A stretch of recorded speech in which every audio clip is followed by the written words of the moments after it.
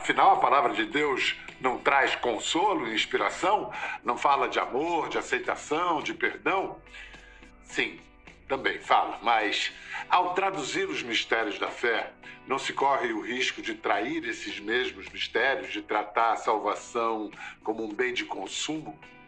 Nesse mundo incerto e ameaçador, é na religião que muitos buscam alívio, acolhimento. No Brasil do sincretismo, evangélicos ocupam espaços cada vez mais representativos, dos vales sombrios da política aos picos rarefeitos das redes sociais. Na crista dessa onda, um evangelista de apenas 31 anos vem traduzindo a milenar palavra da fé cristã em linguagem de internet. Formado em Direito e não em Teologia, o jovem catarinense David Leonardo levou seus vídeos a mais de 200 milhões de visualizações. Tornou-se o maior canal pessoal de pregação no Instagram do mundo e um dos maiores no YouTube também. Com a exposição e a conquista de mercado vieram as controvérsias. Ele se tornou alvo de pastores de várias correntes que passaram a dissecar seu discurso, cada palavra, cada frase, cada gesto, cada imagem em suas redes. Mas então, se o meio é a mensagem, quando transmitida no meio virtual, a mensagem da fé pode se desvirtuar? Será essa a questão? Para conversar sobre isso e muito mais, vamos receber hoje também um velho amigo de David Leonardo, o mestre em teologia Rodrigo Bibo. Daqui a pouco ele vai participar. Antes a gente começa com o fenômeno barriga verde, David Leonardo. Gostei. Barriga verde. Catarinense é barriga verde. Tenho muito orgulho de ser barriga verde e feliz de poder falar com você, Bial, e com os seus telespectadores aí. Muito obrigado por essa oportunidade. A gente pode deduzir que com a pandemia, o isolamento social, essa aflição toda diária, houve um aumento na busca por consolo, por palavras de fé. Você verificou isso nas suas redes? Sim. Bial, o ser humano ele conhece a Jesus de várias formas, mas tem uma que ela é corriqueira. Ele busca o Senhor quando perde o controle da sua vida, né? Porque o ser humano ele tem a impressão que controla alguma coisa e de repente vem um vírus, tranca todo mundo em casa, todo mundo tem que usar máscara e a gente já descobre que, na verdade, esse controle não está nas nossas mãos. Então, dentro disso, a gente teve um aumento de audiência de cerca de 30%. Quando você fala em 30%, eu imagino que estamos falando da casa de milhões de pessoas, né? Porque os seus números são todos aí nessa faixa aí de 6 zeros, pelo menos, né? Você tem gente que lhe trata como pastor, mas houve até um pastor famoso que definiu você de uma maneira até meio irreverente, como um youtuber evangélico, não é um pastor.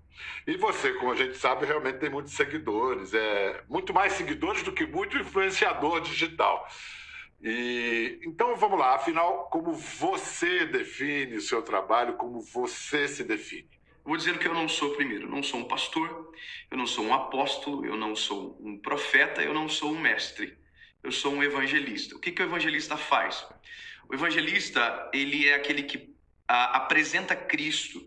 E se a vida fosse uma batida de trânsito, eu seria o paramédico. Eu não seria nem o médico, eu não seria o cirurgião, eu seria o paramédico que chegaria e prestaria os primeiros socorros. É isso que eu sou, um evangelista, para a glória de Deus. Como toda nova tecnologia, como todos os novos recursos que aparecem na história humana, a cibernética, a internet, as redes sociais, elas oferecem oportunidades e armadilhas, cascas de banana.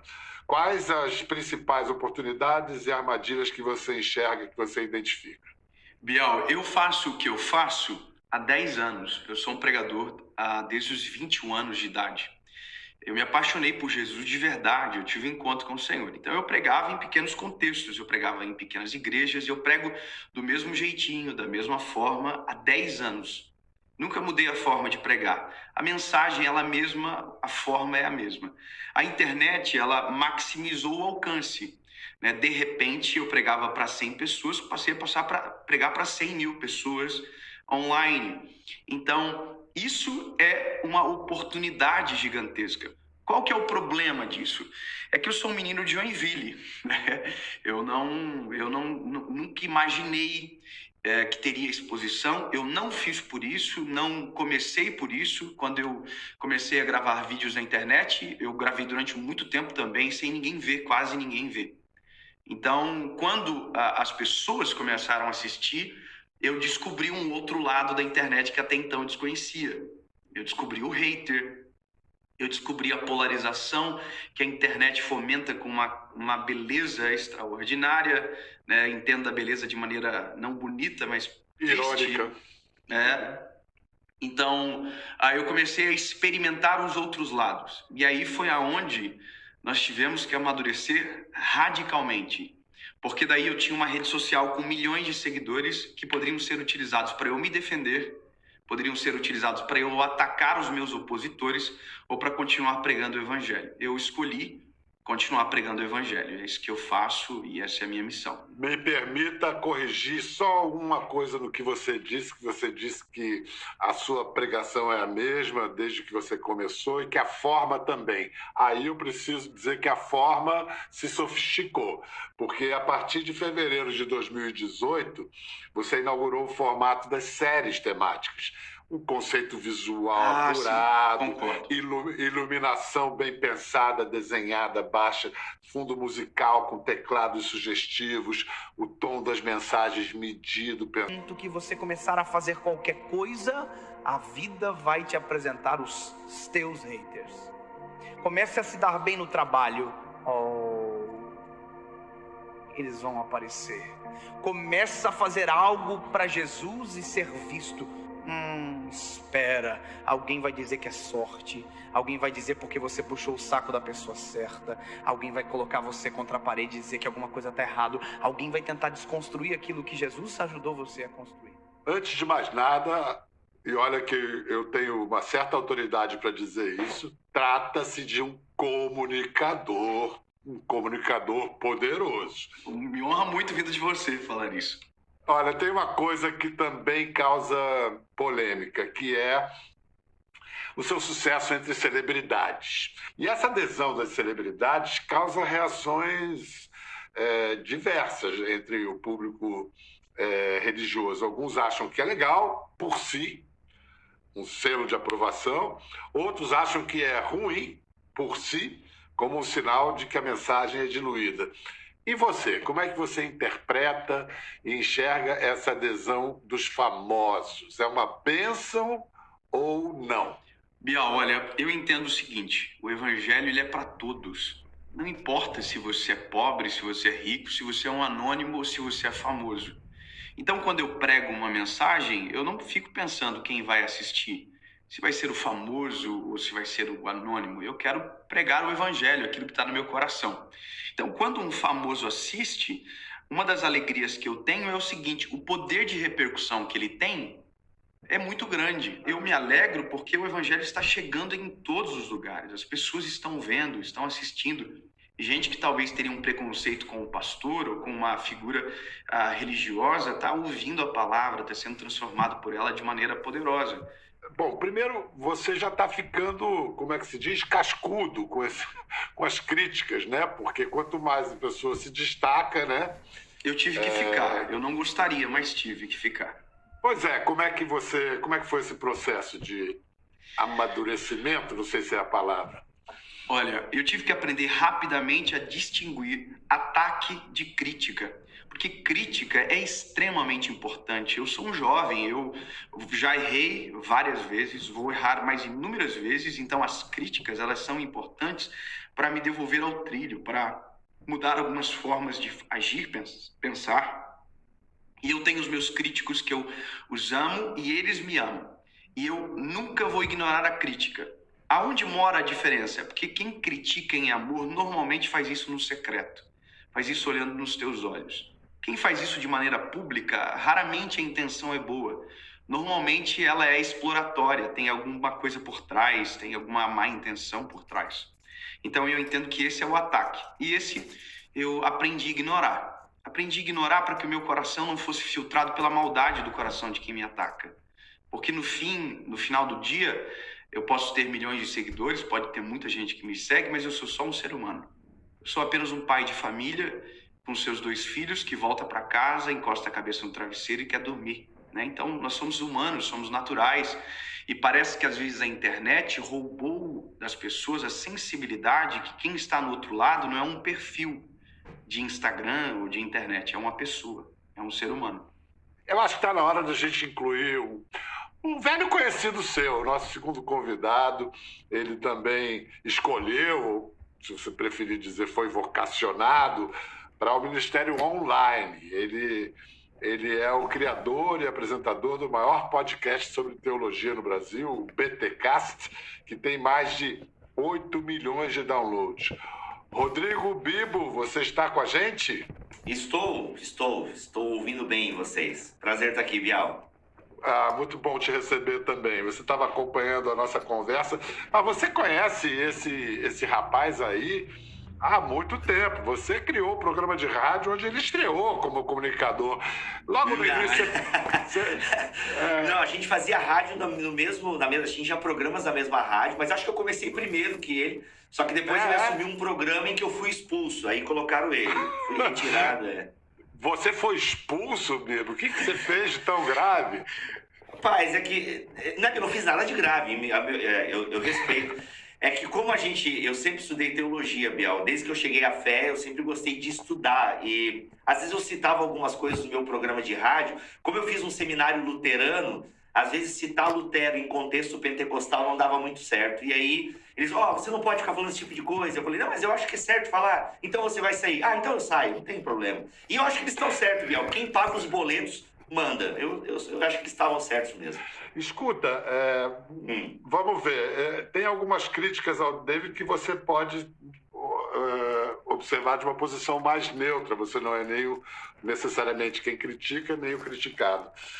Qual é a diferença entre o Dave e um pastor? Qual é a diferença entre o Dave e um palestrante motivacional? Uau, que pergunta. É difícil responder essa pergunta. É bem difícil, na verdade, porque o Dave ele já se definiu como um evangelista. Só que assim, o Dave ele é famoso na internet, mas ele é um cara que pregou muito também, né, Dave? A verdade é essa. Rodou muito o Brasil pregando nas igrejas. Mas a diferença principal, eu vejo, que é um desafio que todos nós temos algum ministério online, alguma presença online, é que nada, Bial, vai substituir a igreja local. Nada vai substituir aquele pastor que você vê todo final de semana e que às vezes vai falar coisas que não são agradáveis, mas é aquele cara que vai te visitar no hospital, é aquele cara que vai receber a ligação da tua mulher porque você estava tendo conversas inadequadas com pessoas no direct. Então, assim, a diferença entre o Dave e um pastor, ela é grande porque o Dave tem uma presença forte online, né? O Dave não pastoreia um rebanho. E isso tem desafios enormes. Você pastorear um rebanho, porque assim, a igreja local, Bial, ela torna você chato, comum. A igreja local te humilha. Na igreja local você não é famoso. Na igreja local as pessoas às vezes te ignoram. Na igreja local você lida, eu chamo a igreja local e o trabalho do pastor de saneamento básico. Ou seja, a gente lida com a sujeira das pessoas. E saneamento básico, você sabe muito bem que não é uma boa promessa política, porque fica embaixo, né? E ninguém vê, e ninguém dá moral. O negócio é estádio, viadutos e por aí vai. Eu concordo plenamente com o Bibo, e eu já ouvi isso várias vezes de pastores até. Ele falava assim, olha, você vem, prega aqui, faz a festa, mas quem fica com o problema quando você vai embora sou eu. E isso é verdade.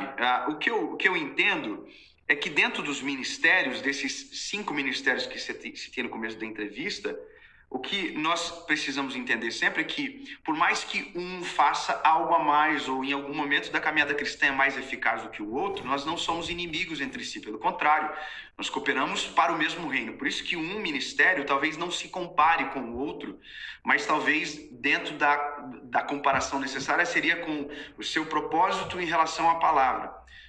E talvez aqui mora a minha diferença entre um palestrante.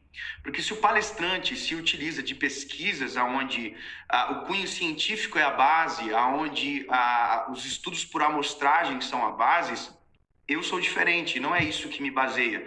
A minha base é bíblica, a minha base é a palavra.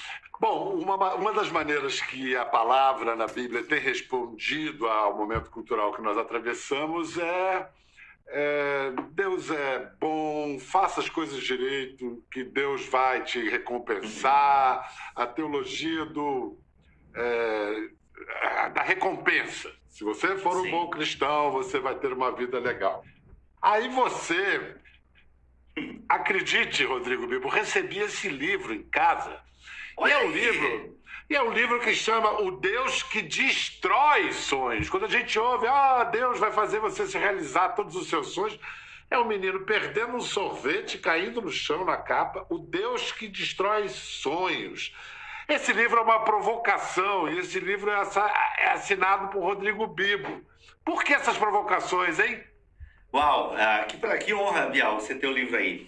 Então, Bial, é que de alguma forma a gente precisa falar de um todo, né? O evangelho como um todo. O evangelho, Bial, ele não é um bom conselho. Tim Keller, um grande teólogo e pensador do nosso tempo, ele diz que evangelho não é bom conselho, evangelho é uma boa notícia.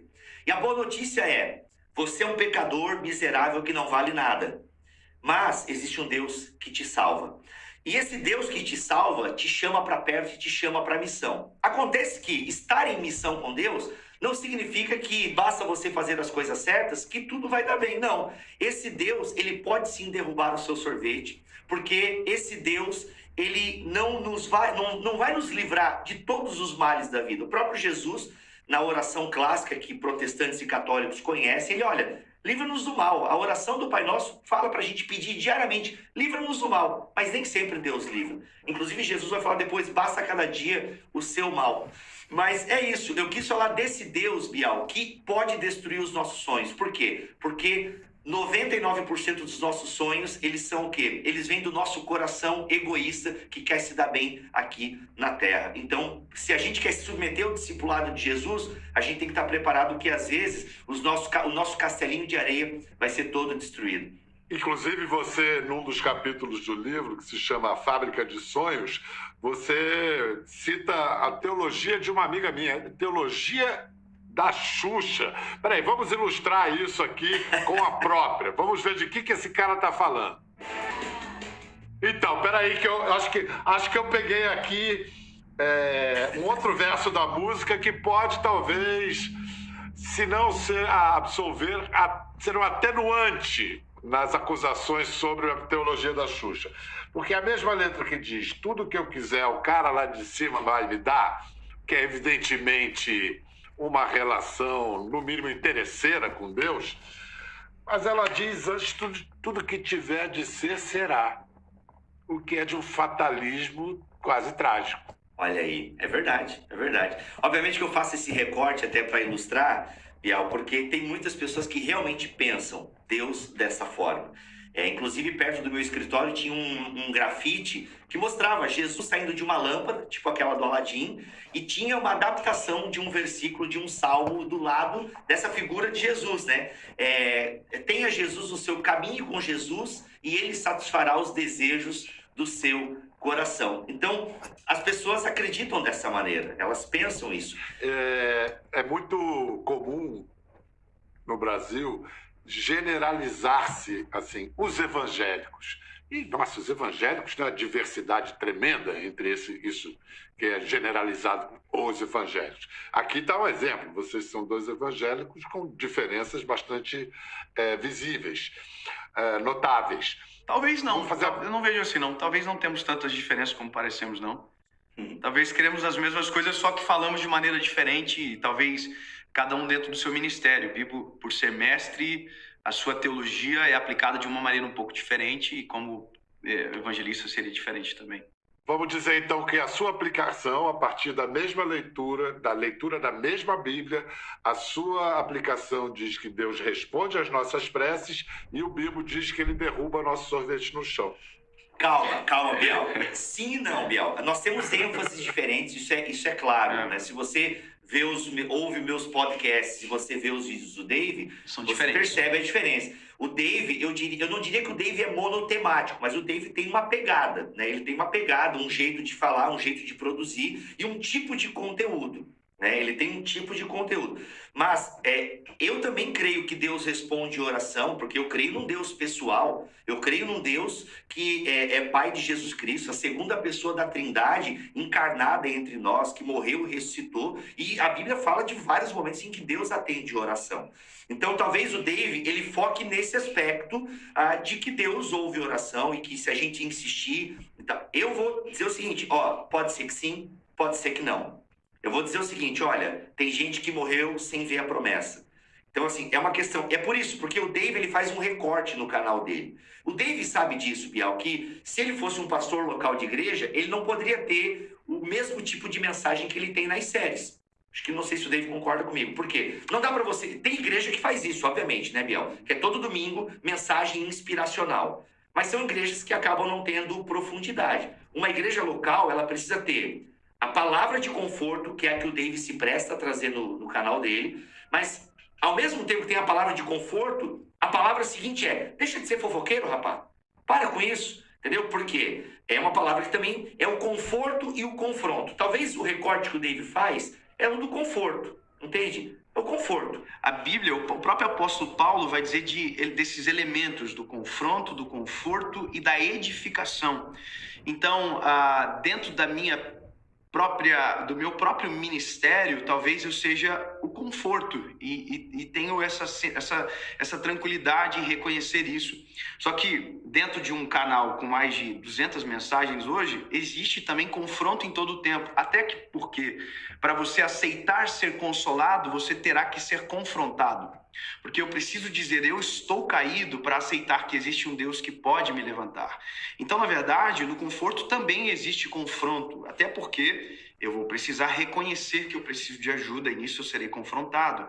Eu acabei de dizer, olha só, a pandemia nos provou isso. Nós pensávamos que tinha um controle, então a palavra está dizendo, você não tem controle. E aí eu preciso desse conforto, preciso dessa transformação. Eu, talvez seria um pouco diferente, eu jamais escreveria um livro. Até eu tô com um livro meu que eu vou lançar agora, que é aqui, ó, Alegria do Amanhecer, um devocional.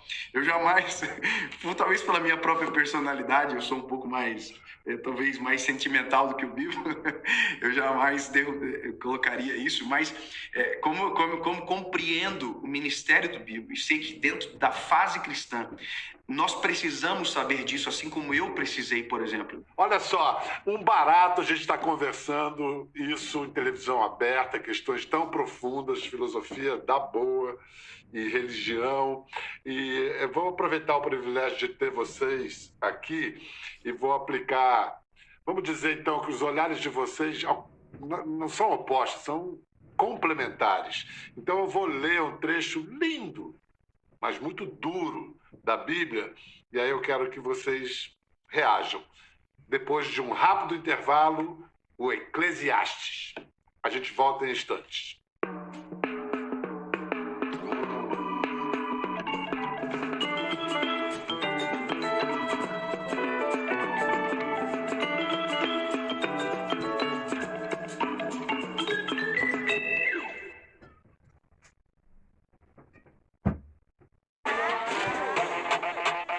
Todos os corres e rolês, Clube Social partiu para não parar. A poeira não vai me deixar para trás. Alegra é alívio rápido da alergia e não dá sono. Alegra.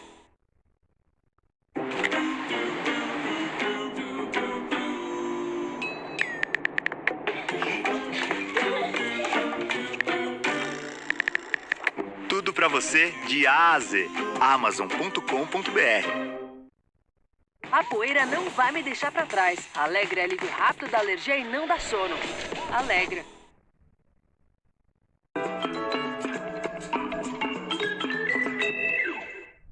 Bem-vindos de volta à nossa conversa com o evangelista Dave Leonardo e o teólogo Rodrigo Bibo. A gente está falando sobre espiritualidade cristã hoje, 2021, esse século XXI tremendo que a gente está atravessando. Então, esse é um dos textos mais desconcertantes e belos da Bíblia. Está num dos livros chamados sapienciais de sabedoria, do Antigo Testamento, o Eclesiastes, que teria sido escrito por aquele que os judeus acreditam ter sido o homem mais sábio de todos os tempos, o rei Salomão. Então, o Eclesiastes diz simplesmente o seguinte: percebi ainda outra coisa sob o sol. Os velozes nem sempre vencem a corrida, os fortes nem sempre triunfam na guerra, os sábios nem sempre têm comida, os prudentes nem sempre são ricos, os instruídos nem sempre têm prestígio, pois o tempo e o acaso afetam a todos. Eclesiastes, capítulo 9, versículo 11. Então, David, diante desse fatalismo que todos nós estamos sujeitos a uma demissão injusta, a uma bala perdida, a uma pandemia, a um vírus, não é perigoso, enganoso falar de causa e efeito com o divino, do tipo, se você fizer isso, vai acontecer aquilo? O livro de Eclesiastes, em especial esse texto, o final dele fala o que define todo o início, o tempo e o acaso, né? Que é a vida natural do ser humano, é o que a gente fala de não ser um mar de rosas, a perfeição que às vezes se dá a impressão de que se você vive o evangelho, se você se torna um evangélico de carteirinha na igreja X ou Y, você vai ter uma vida perfeita, né? E essa promessa, ela é vendida e às vezes ela é comprada. E o problema é que quando comprada, o sorvete cai em algum momento, conforme o Bibo falou. Então, quando a gente olha para Jesus, Jesus diz a mesma coisa de maneira diferente. Jesus diz, olha, no mundo vocês terão aflições. Jesus vai dizer a mesma coisa. Então, a esperança que temos não está no que somos aqui, mas em o que Jesus fez por nós. Ele venceu. A Bíblia diz, olha, no mundo vocês terão aflições, mas tende bom ânimo, porque eu venci o mundo. Então, Jesus é o modelo. Ele é o padrão. E nós temos que ter essa ciência que sim, pode ter problemas. Eu, por exemplo, eu sou um pregador do evangelho e talvez alguém pode pensar que a minha vida é perfeita. Mas há 1 ano e meio atrás nós perdemos um filho. Nós perdemos uma gestação. E foi interessante porque, na época, algumas pessoas me disseram, não estou entendendo. Você faz tudo certo. Né? Na cabeça de quem me falou isso, né? Você prega a palavra, isso não poderia acontecer com você. A gente está vendo, Covid veio, vários pastores morreram de Covid. Então, isso cai por terra. Nós precisamos ter a ciência do que é a vida realmente, né? Bibo, vamos lá. Qual a sua mensagem como teólogo, como estudioso, diante dessa realidade em que o aleatório é imperativo? Olha, primeiro saber que o próprio Criador se submeteu, de alguma forma, a essa aleatoriedade, né? Inclusive, eu digo que o texto mais escandaloso não seria esse de Eclesiastes, mas João 3,16, né? Deus amou o mundo de tal maneira, né, que deu o seu Filho unigênito. Ou seja, Deus amou pessoas como eu e você. E a gente se conhece e sabe que a gente não merecia esse amor, mas Ele nos amou mesmo assim. Mas é interessante que em Eclesiastes, o autor está fazendo um contraponto a uma teologia que os próprios judeus tinham. Eles tinham essa mentalidade que o amigo do David tinha aí. Se você tem alguns salmos que dão a entender isso, Bial. Se você fizer tudo certo, vai dar bem, vai florescer, né? E o autor de Jó e o autor de Eclesiastes, ele inverte um pouco essa lógica que é chamada de teologia da retribuição. Se você fizer bem, vai ser retribuído de forma positiva. Fez o mal, retribuído de forma negativa. Então o autor de Eclesiastes e de Jó, eles querem desconstruir isso. Não, gente. Coisas ruins acontecem com pessoas boas. Coisas boas acontecem com pessoas ruins. Por que isso acontece? O sol nasce para todos. Mas não é justo